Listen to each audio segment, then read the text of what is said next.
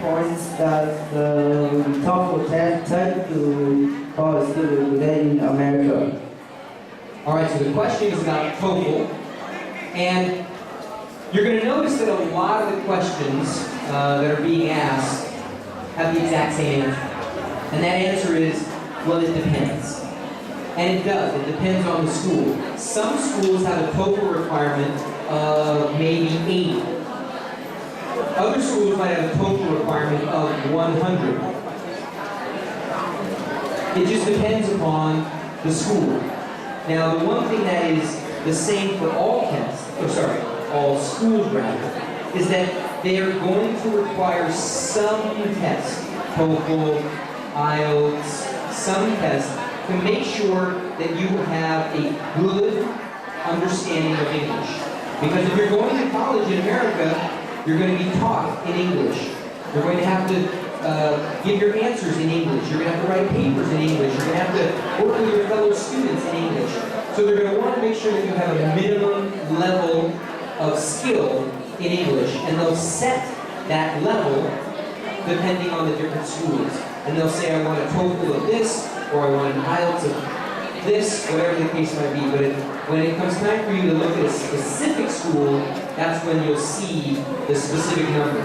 Obviously, if you're shooting for a higher score on the TOEFL, that's great, because then it'll fit in with any score. Does that help? Does that answer your question? Excellent. We have another question up here. There's our microphone.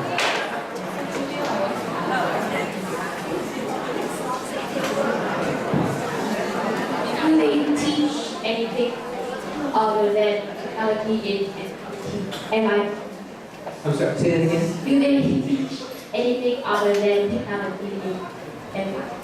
Oh, now that's a really good question.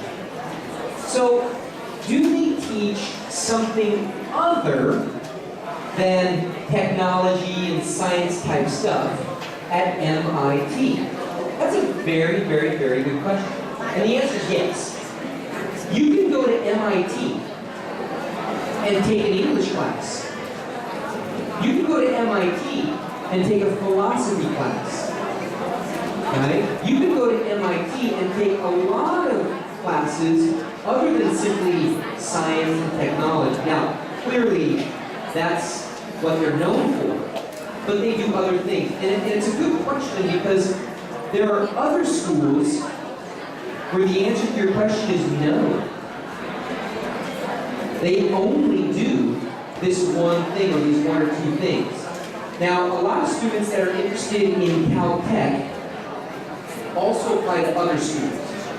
So, students who like MIT, like Caltech, they like Harvey Mudd, they like Rensselaer, they like WPI.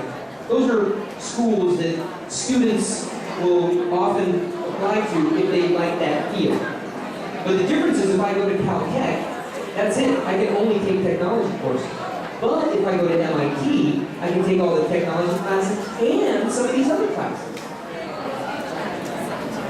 So, the answer to your question is yes for MIT. But the answer is no for other schools.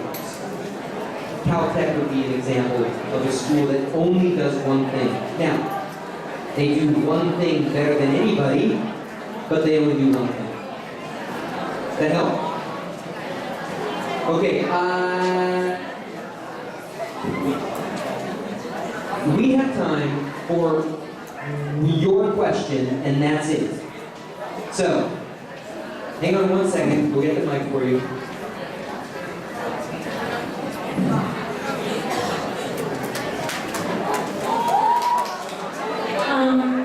Is America a good place to get yourself settled with art college? Great question. Is America a good place for art college? Well, maybe I'm a little biased, but I have to say, I love America. I really do. Now, don't get me wrong, because I love Vietnam too. But I really love America.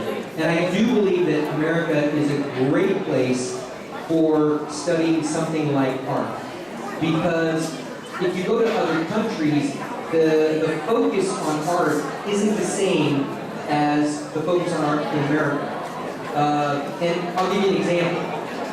If you're in different countries, maybe your mom and dad want you to become an engineer.